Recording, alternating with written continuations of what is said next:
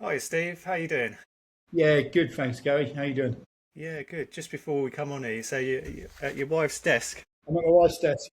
Her chairs all wobbly. I don't know. So I'm a lot bigger than her though, so it's a bit different.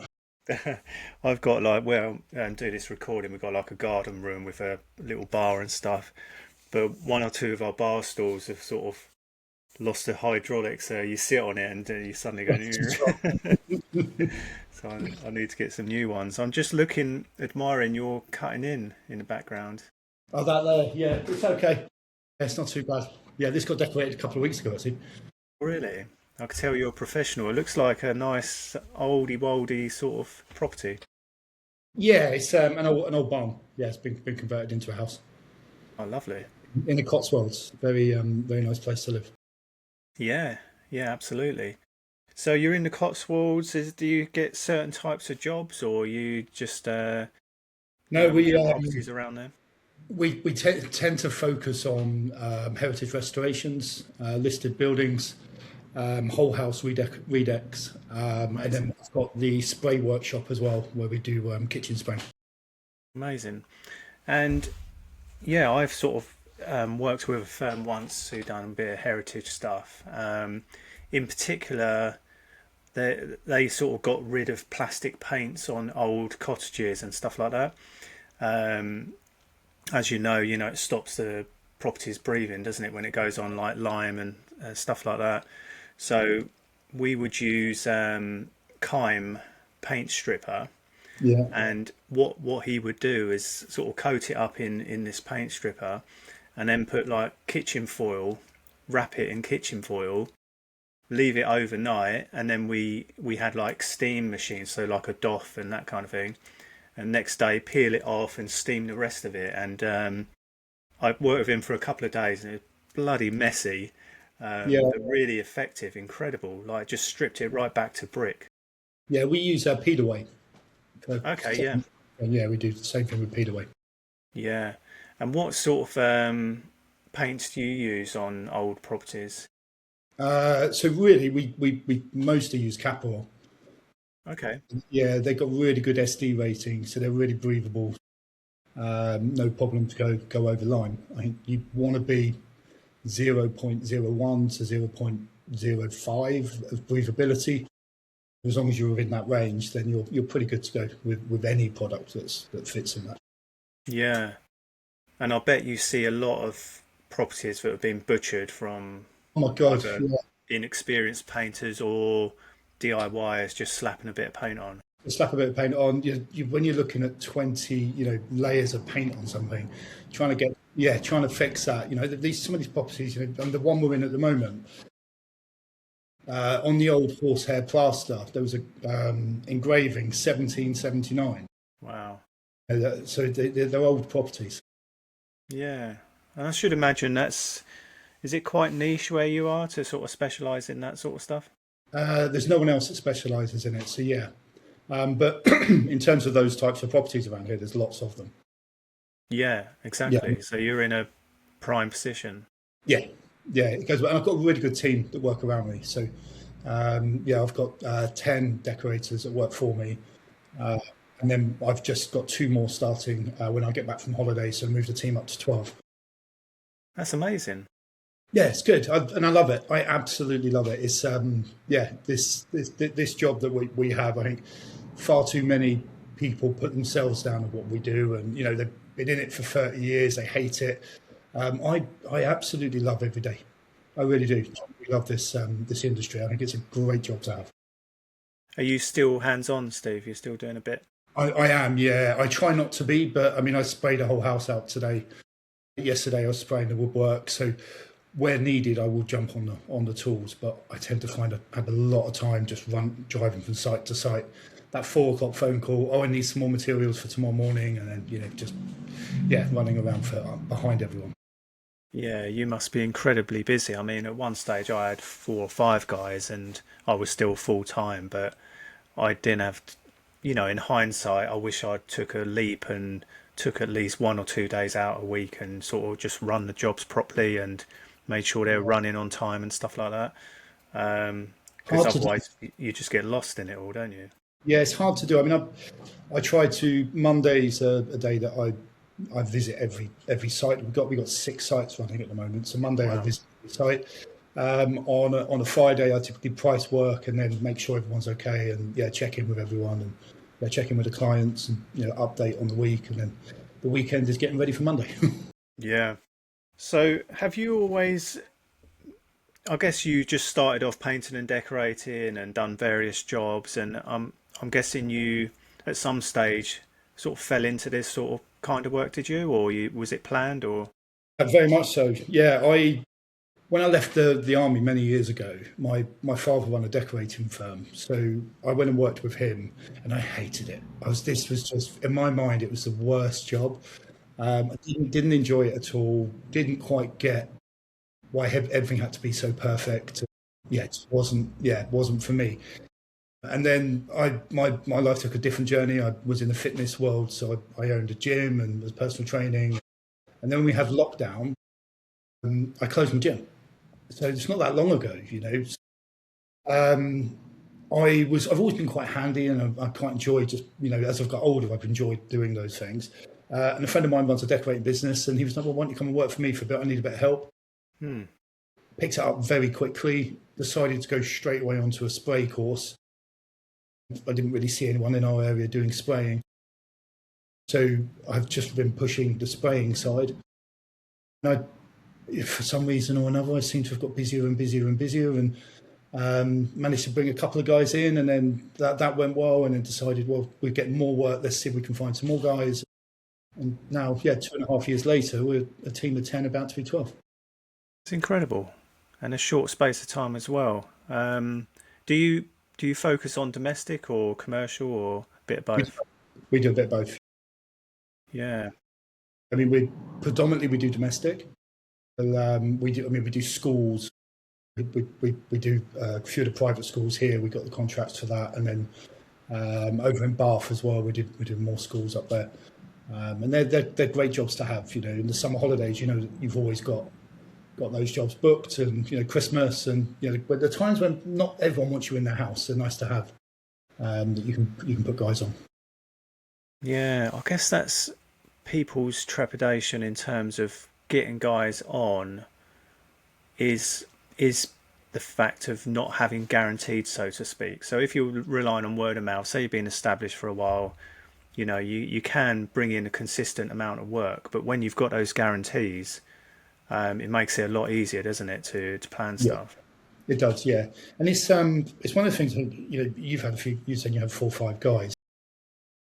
It's quite a responsibility as well. It's not just the work side. It's you're now responsible for, can 10 people feed their family? Can they Mm. those sort of things? So constantly thinking of other ways to try and generate more work and push the business forward, so that I can ensure that we're all putting food on the table. Yeah. So schools, that's a good tip. Um, what would you say? Because my son, he worked with me, he finished college last year. He works with me for a bit. Um, and then I said, look, I don't want to push you into decorating, because it's an easy route, so to speak. So he done a bit of warehouse work, which was awful. And then a local firm, he's working with a local firm now, which have been really good to him, um, looking after him. They do schools and different loads of different projects. What would you advise someone coming into the trade to get on straight away in terms of, what to learn? I think embrace modern techniques of decorating as quickly as possible. So be that spraying or some of the more modern fillers that we have, learn to use these. There's an olden place. There's a time and place for the older hand and craft of doing things, but a Mm. lot of new products out there now, and with spraying, I just think that we can do it quicker. Yeah. That's a real benefit. Where did you learn to spray, Steve? I did it with Paint Tech Training Academy. Yeah, yeah, Yeah, with Ian yeah. and Pete. Yeah, they're good guys there. And then you've got Abode as well, which are local to me. I've done a little bit with them, so I've gone between the two. Apologies. Yeah, Jamie from Abode. Yeah, Yeah. No, that's good. I imagine you would say that, and want to encourage my son to do it. I know brewers have just opened up some new training facilities, and Yeah. there's lots of them popping up now. I find wallpapering's becoming a much bigger thing again. Yeah, Yeah, we're and especially in older properties, maybe in new as well. We don't tend to do many new properties, but I would say most jobs we're going into now, people are wanting wallpapering.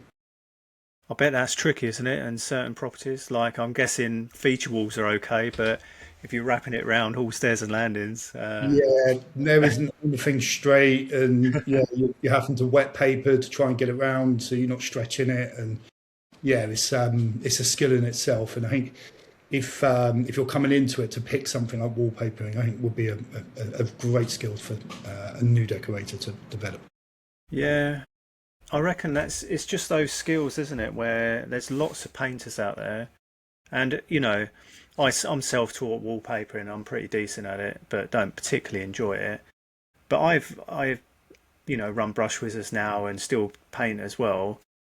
So I don't want to particularly learn any new skills because I'm sort of busy as it is. But looking back, I should have 5, 10 years ago got into training myself up in different areas. I really should have done, because even my son sort of says, working with his new firm, he's like, well, why don't you spray, Dad? I'm like, when you look at it, it's just ridiculous, but I don't. Well, yeah, my son similar is a year younger than yours. He's just leaving college now. He's done little bits and pieces with me.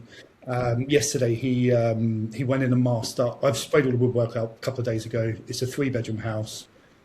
He went in and masked all the woodwork work up for me. It took him a whole day to do. But I then went in there today and I sprayed the 3-bedroom house out, walls and ceilings, in an hour and 20 minutes. You know, No. it is, yeah. And people say, oh, yeah, but we could have brushed and rolled it by the time we've done all that masking. I'm like, well, hang on, but if you look at it, I've had a labourer there for a day masking.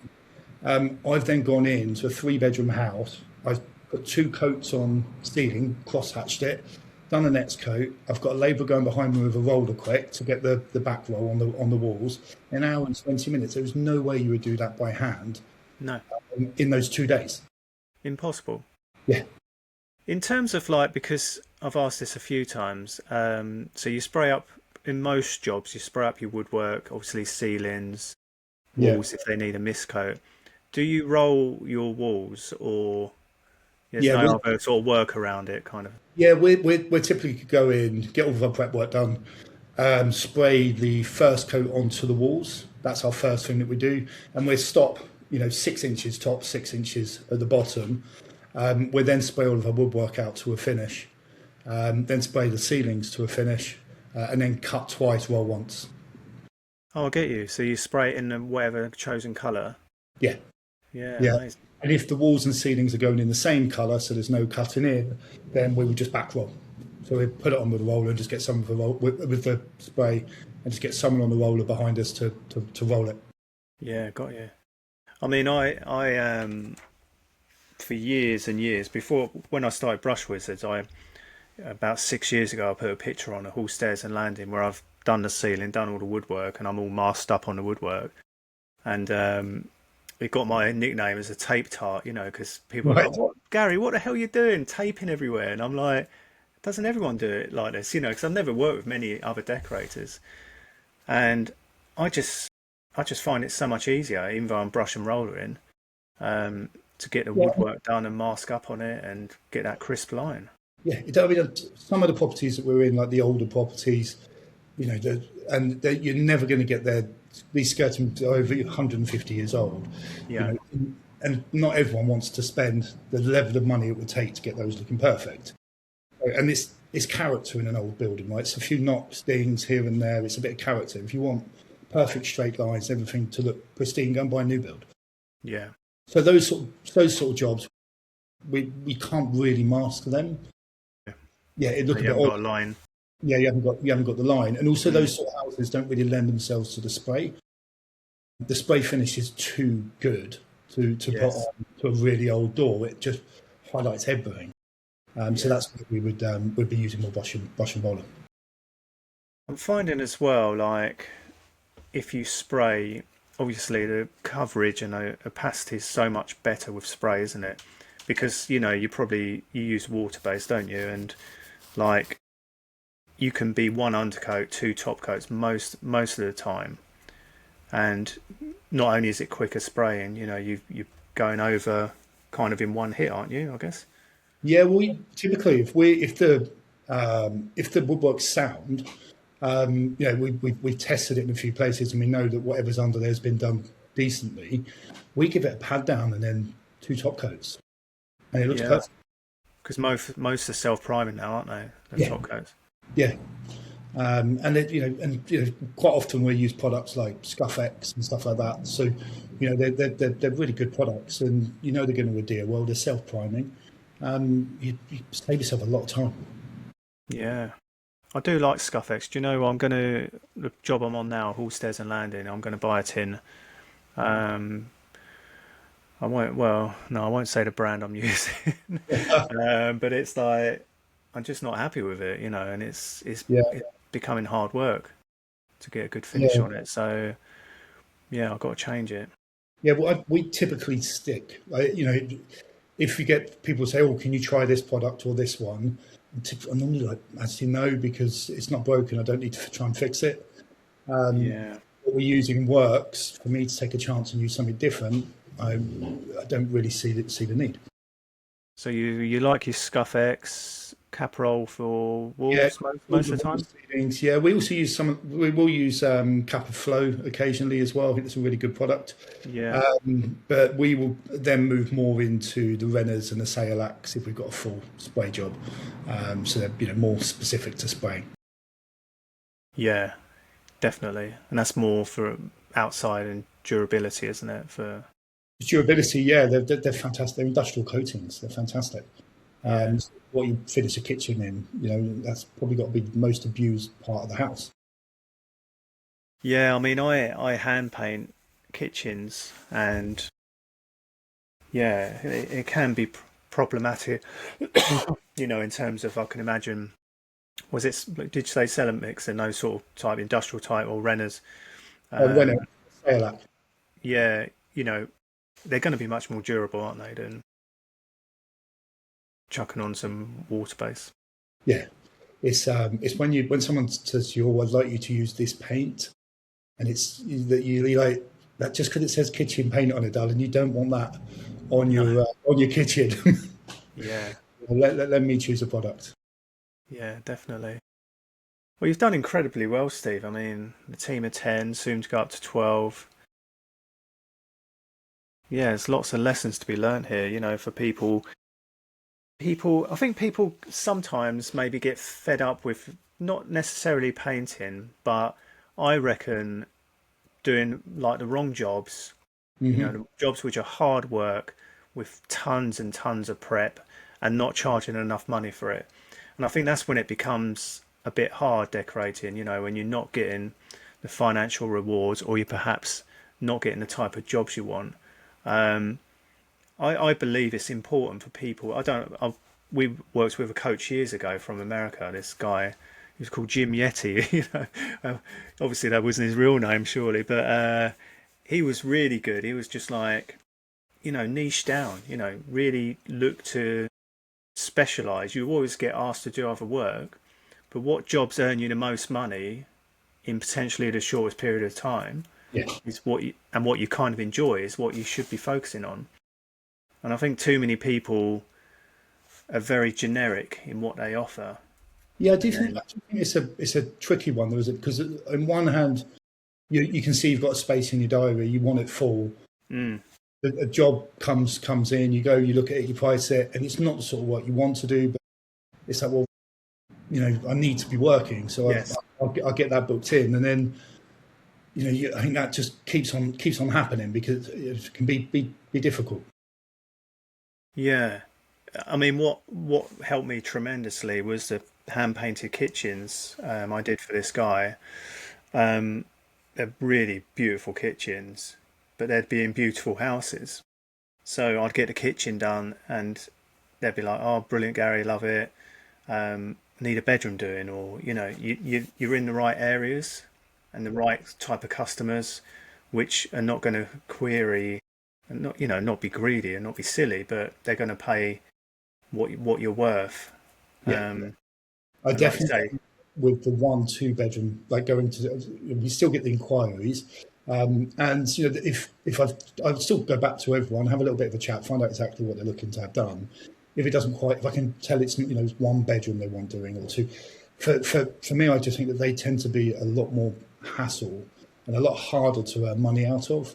yeah, If you've got 6-room house to do, when all of a sudden you're looking at 1,700-1,800 a room, they're expecting it to be quite expensive. If you're going to look at 1 bedroom or 1 front room and you're like, yeah, it's going to be 1,700 plus of that, some people fall off the chair.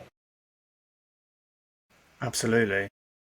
And it is such a big talking subject, isn't it, with regards to obviously day rate. It shouldn't be day rate. It should be whatever the job takes to do, and for you to make the profit you want. But it is such a big topic, and many people are still not charging enough money at all. By the time you break it down, all the costs, and we all know how much everything costs now. Everything's going up, isn't it? Yeah. I filled my truck up yesterday, 145 quid. It's like, what? How? And that does me a week, every week. I do a tank of diesel. And it's just, ridiculous.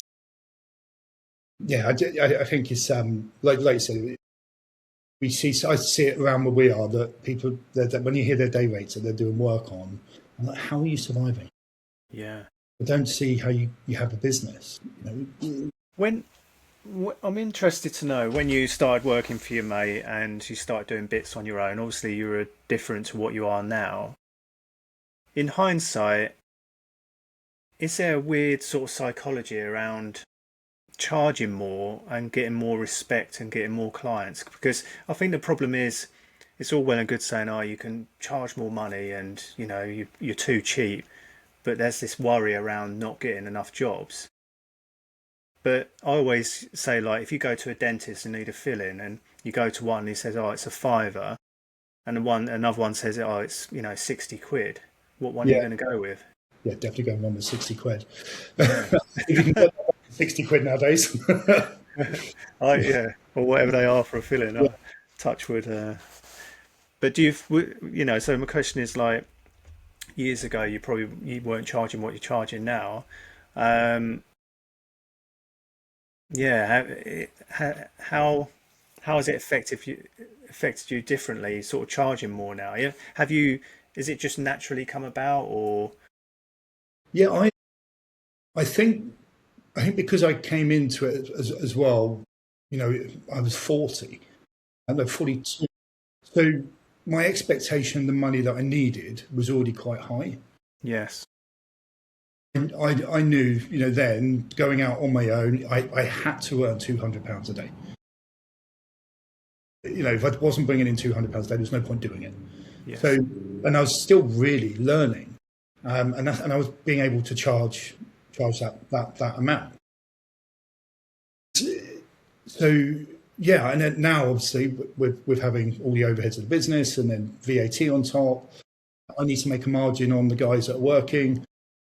The price has gone up considerably. yeah, yeah, interesting. Yeah, I said, when we started talking, is there anything you want to talk about in particular? And I didn't want it to all be about money, but I just find it really interesting and really helpful for painters listening what the possibilities are, and it's just great to see you so successful.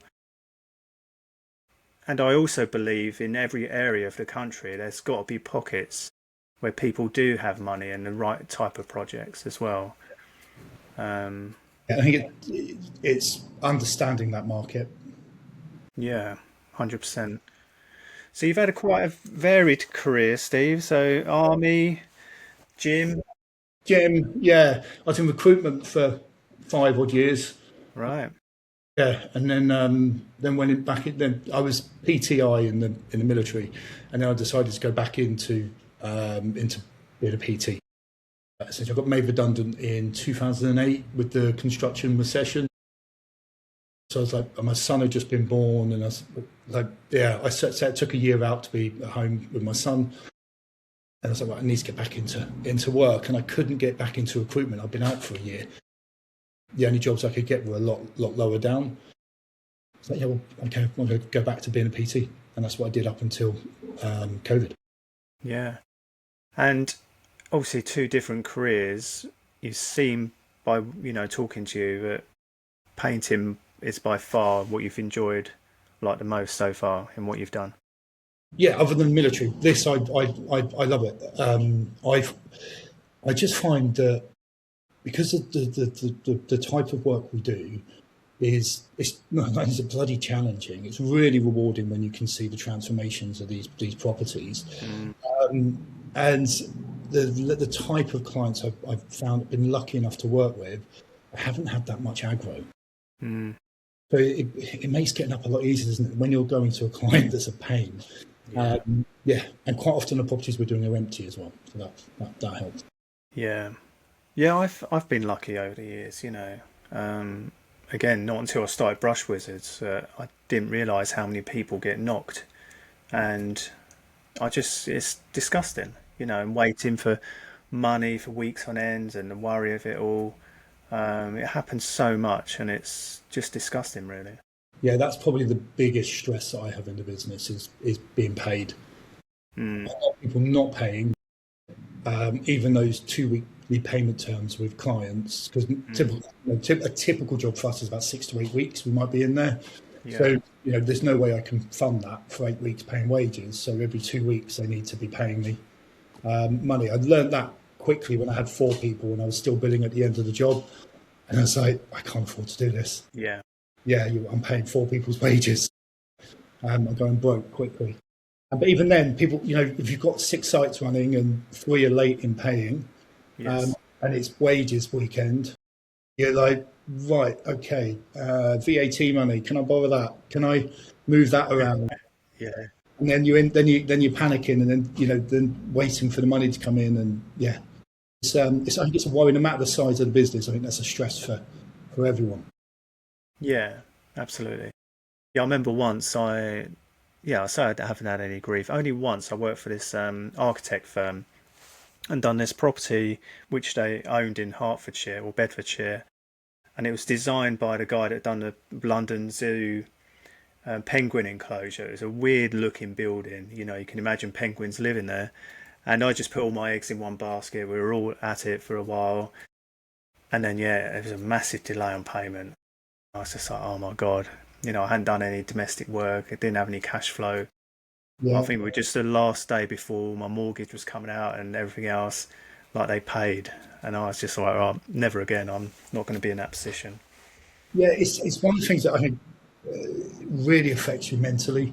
Yeah, I think us tradespeople, there are so many things that can get to us mentally, and that side of not being paying, and even when you're doing commercial work, this whole end of month plus 30. Yes. What? You just can't even be legal. Yeah, you're just making it up, Yeah, there's nothing else that you can do that someone that you're supplying it to gets to dictate the payment terms. Yeah, terrible. Yeah. I think that's one of the reasons I set up.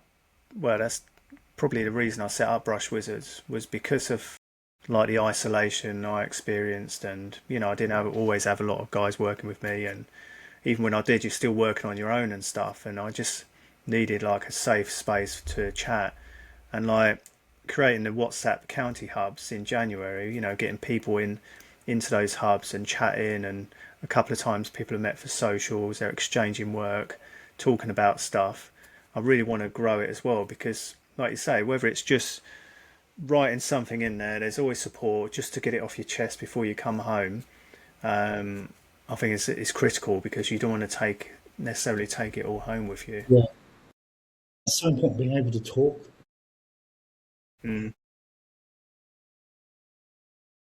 It's like if you're working on your own, you spend all day on your own.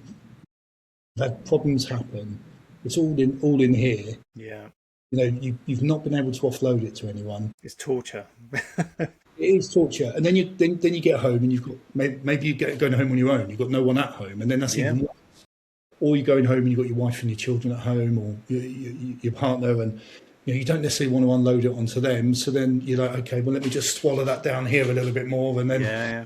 it builds and builds and builds, and then it's like, well, how do I get rid of this? Oh, do you know what? I have a glass of wine tonight. Now I'll have four, and then every night you're doing that, and then you're wondering why you're feeling unhealthy and unwell and feeling down and depressed.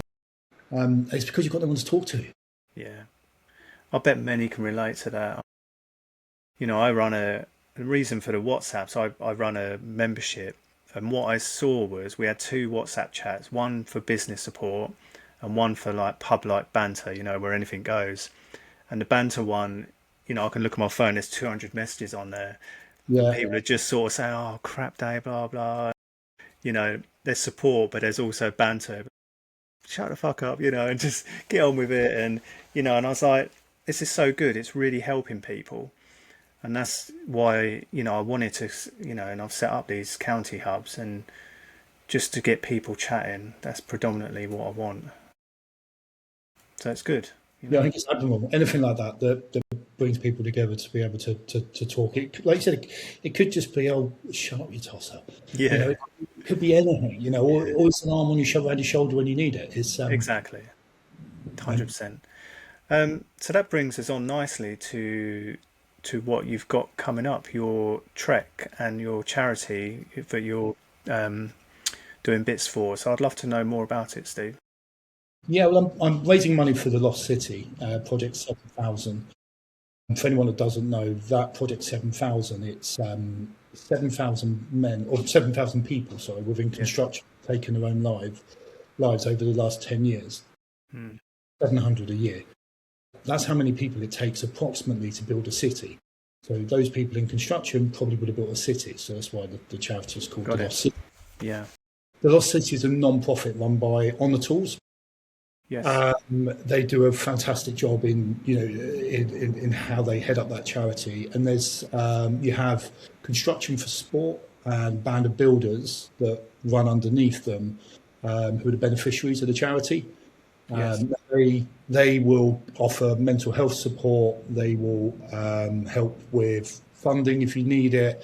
There are so many branches to it that they're helping people within construction that I just think it's a fantastic charity. If anyone can raise any money for them, that it's the help that they deliver to people when they really need it is fantastic. Yeah, I must look into it more, because obviously with my what I'm all about, Yeah, great. So you're doing a trek? I'm doing a trek. Yeah, I'm off to Nepal. So I'm going there for 4 weeks, and I'm doing Everest Base Camp, Peak, Le Boucher, and Island Peak. Wow. So my highest one there is 6,400 metres. 3 of them are over 6,000 metres. And I'm doing that solo just with a guide. So I'm not doing it as part of a group. And we have to cross crevasses on ladders with wearing your crampons. So you're walking over them and you've got the crevasse underneath you.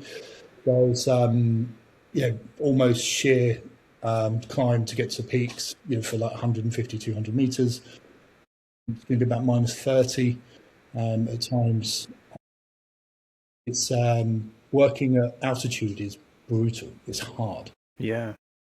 You're doing you're doing 10 steps a minute, if that. Yeah. Like no energy, no oxygen.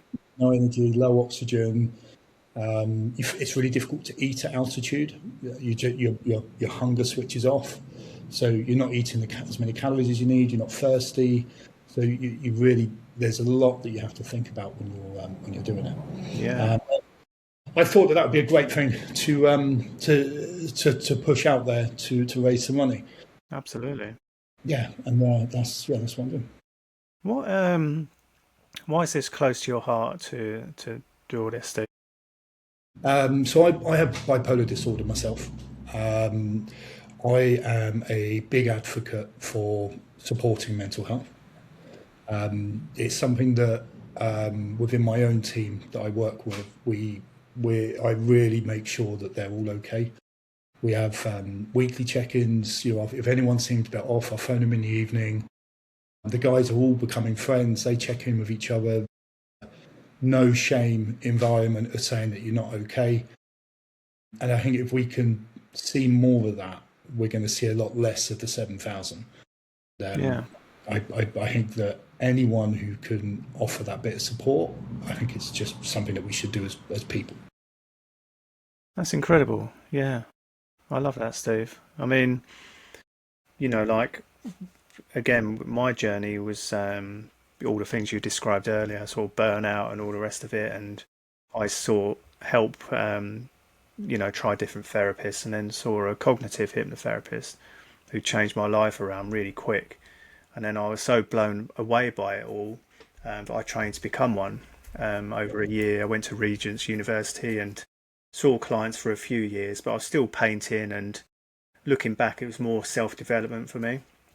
So when I started Brush Wizards, we had they're called Questies, where I went, the Quest Institute, and we'd done some talks, and then Facebook stopped Zoom streaming into the group, so I kind of stopped the momentum of having these chats with different contacts of mine. So I've just reignited them with doing a podcast and stuff, and I'm just loving it so much, like speaking to these people who help others, and they're doing it out their own time and just providing help, and we're going to be providing resources as well for Brush Wizards, all free of charge. So yeah, it's a subject close to my heart as well. So I need to look into the Lost City, and it sounds incredible. Yeah, there's something if anyone's watching and is feeling, struggling or any of those points. The new On the Tools app has a wellness section to it. And they're really building that out. That gives you access as well to the two charities. Yeah. There's so much help in there. Also, Talking Tradesman, Russ. I do, yeah. Yeah, so he's just set up a new mental health portal. Yes. The stuff that's on there is just fantastic. If you don't want to talk to someone face to face that then look at those as ways of getting some support. Yeah, awesome. That's really great, Steve. I'm really happy for you. I'm glad you're really successful. I think what you described, what you do with your team is amazing. I should imagine you'd have good retention and people wanting to stick around and work for you, because you're probably an exception, I would say, in what you're doing and how you're looking after your staff. I just think because I've had my own struggles, I don't want to see anyone else in that place. Yeah. Even just the small things. Picking the phone up, how you doing? Is everything all right? Even if they're not okay and they don't want to tell you, the fact that someone's asked could be the difference. I know that's what saved my life. When I was in my real depressed state, just had someone phone at the right time and just ask, "Are you okay?" I didn't tell them I wasn't okay, but knowing that someone cared boosted me immensely. Yeah. Yeah, absolutely. And like you say, it just needs more of that, because I know within our Brush Wizards community, a few people sadly took their lives, so you see it firsthand when you run a community as well. Yeah, it's amazing. When are you doing your trek, Steve? October. Okay. So I am training hard at the moment. If anyone, I'm putting everything on my socials at Cotswold Painters. Yeah. You'll see I went for a walk after work today. I put a 20-kilo vest on.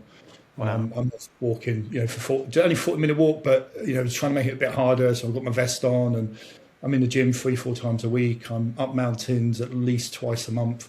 I try to hit 15 to 20,000 steps a day, and just diet, nutrition, all of it, really pushing hard to make sure it's as easy as possible. Yeah, well, hopefully your history of fitness will come back quickly, I hope so. Are you going to the P&D show? Yes, I am. Yeah, I'll be. Are you just going to look around, or do you have a stand, or? No. I'm going on the Tuesday, uh, going out with one of the brands, and then going to do the show all day Wednesday, which I think will be a lot of fun. I want to see. I want to see the rest of it as well. I've been to P&D show 2-3 times, Yes. but I've never seen anything else at the installer. I'm actually quite excited about that. Yeah, I reckon it'd be huge, Mm. with the other sections which they've got. I see a lot of buzz about it. So yeah, I'm looking forward to it. Yeah, so I'll be up for the first couple of days. I Are don't you think there on a stand, or are you just there to visit? Or just visiting, yeah. So I'll visit a few sponsors, and a number of brush wizards are going up and stopping over. So we'll yeah, get together and have a cheeky beer, which would be very nice. But no, I appreciate it, Steve. no problem at all. Thank you so much for coming on and explaining what you do. And I know it's going to help a lot of people, even the business side of stuff, but also talking about the wellness stuff has also been incredibly insightful. Thank you very much, Steve. Okay, thanks for having me on. It's been a pleasure. You take care. Cheers.